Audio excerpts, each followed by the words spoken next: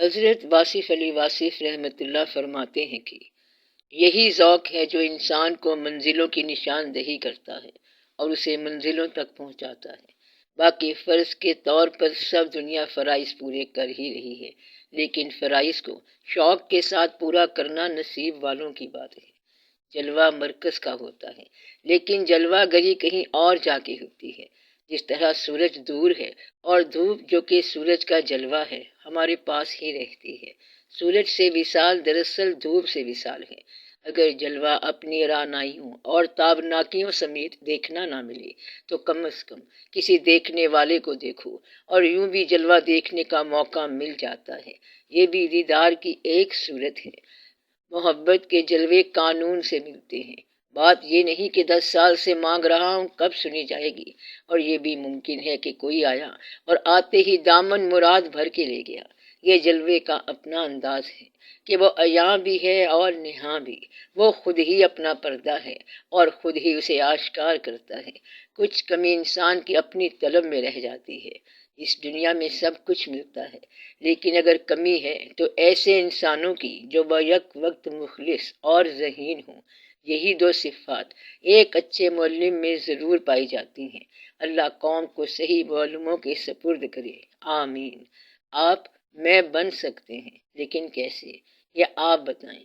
انسان اپنے علاوہ کچھ بنتے بنتے کچھ اور ہی بن جاتا ہے۔ آپ اپنا آپ بنیں، اپنے باطن کو پہچانیں۔ یہ صحیح ہے کہ مطالعے سے فائدہ ہوتا ہے، لیکن مطالعہ آپ کو اپنے آپ سے تعارف کروانے کا ذریعہ ہونا چاہیے، اور خاص طور پر بزرگوں کی اطاعت کیا کریں۔ اطاعت سے جو علم حاصل ہوتا ہے وہ کتابوں سے نہیں ہوتا۔ بدی یا بدی کا خیال مکمل طور پر مر جائے تو سمجھو کہ نیکی بھی مر گئی۔ خیر اور شر ہی اصل بات ہے، اور اس مارکے میں بلکہ اس قسم کے ہر مارکے میں خیر کو غالب رہنا چاہیے، لیکن شر ختم نہیں کیا جا سکتا، کیونکہ اندر سے پانی رستا ہی رہے گا۔ بس جان بچانی چاہیے۔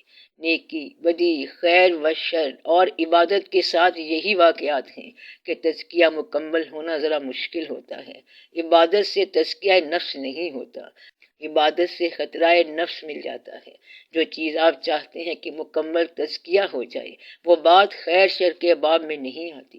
اس کا میدان محبت ہے، عشق ہے۔ اگر عشق کو خیر کہا جائے تو اس کا کوئی شر نہیں۔ اس کنویں میں کوئی پانی نہیں رہتا۔ عشق سے پہلے بھی عشق ہوتا ہے، عشق کے دوران بھی عشق ہوتا ہے، اور عشق کے بعد بھی عشق ہوتا ہے۔ محبوب کا کوئی مقابل نہیں، محبوب صرف محبوب ہوتا ہے۔ اس کا وصال بھی عشق ہے، اور اس کا فراق بھی عشق، اس کا ہر حوالہ عشق، حتیٰ کہ اس کی یاد یا اس کے نام پر مر جانا بھی اس کی زندگی ہے۔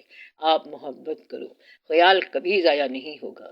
اس مقام پر سلطان باہو رحمۃ اللہ تعالیٰ نے کہا کہ ایمان سلامت ہر کوئی منگدا، تے عشق سلامت کوئی ہو۔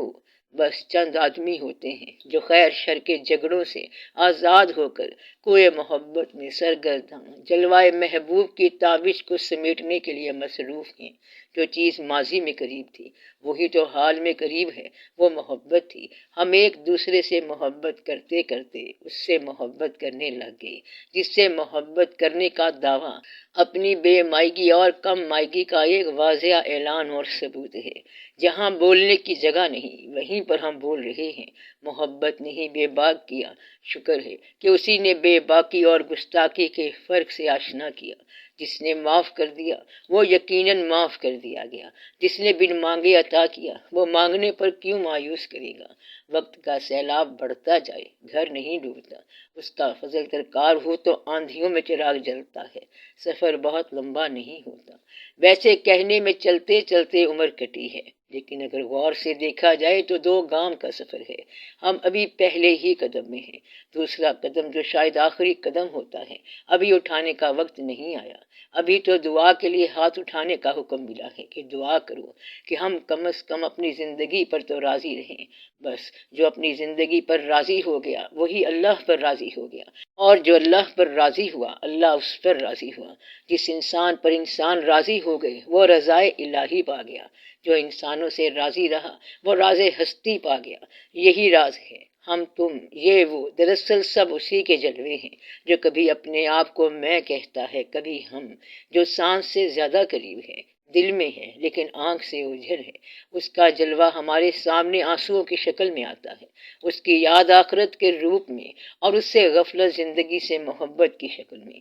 زندگی کی قدر کرو، یہ عطا ہے، یہ نعمت ہے۔ اس نعمت کا شکریہ ہے کہ منعم کی بارگاہ میں سجدہ شکر ادا کیا جائے۔ اپنے وجود کو نگاہ بنا کر اپنی پیشانی میں رکھو اور اس نظر سے سجدے کے اندر جلوے تلاش کرو۔ دیس پردیس اس کے اپنے ہی ہیں، یہ دوریاں ہمیں معلوم ہوتی ہیں، وہاں نہ کوئی دور ہے نہ کوئی قریب ہے۔ سورج کے مقابلے میں پہاڑ اور میدان دونوں کا فاصلہ ایک ہی فاصلہ ہے، آپ اس کو اچھی طرح جانتے ہیں۔ ہم آپس میں ایک دوسرے سے فاصلے رکھتے ہیں لیکن وہاں کوئی فاصلہ نہیں ہے۔ ہم ماضی حال میں تقسیم ہو گئے، وہاں صرف ایک اکائی ہے۔ ایک وقت نہ بڑھتا ہے نہ کم ہوتا ہے، چلتا ہے لیکن ساکن ہے، امر کے اندر نافذ ہے۔ لوگوں کو اپنی لپیٹ میں لینے والا وقت بڑا راز ہے، مشکل سے گزرتا ہوگا لیکن گزر جاتا ہے، وقت گزر جانے کے بعد بھی قائم رہتا ہے۔ اللہ آپ کو چشم بینا عطا کرے۔ عمل کی اہمیت ترقی اور عروج کے لیے بہت کافی ہے، لیکن آپ غور کرو کہ کیا عمل کے ساتھ اور عمل کی وجہ سے یا نیک اعمال کی وجہ سے یا عبادت کی وجہ سے کوئی مسلمان ترقی کرتے کرتے نبی بن سکتا ہے؟ نہیں، قطعاً نہیں۔ آپ بتاؤ کیوں نہیں؟ یہاں سے راز شروع ہوتا ہے۔ اس راز کو سمجھنا ضروری ہے۔ جب تک سمجھ نہ آئے، فطرت، نیکی، بدی، عمل، عبادت وغیرہ پر بہت ڈیپینڈ نہیں کرنا چاہیے۔ بس فضل ہو جائے تو ایسے ہو جیسے صحابہ کرام پر ہوا، نہ ہو تو ابو جہل تو ہے ہی صحیح، ابو جہل ہی رہا۔ کیا یہ فرق آپ بتا سکتے ہو؟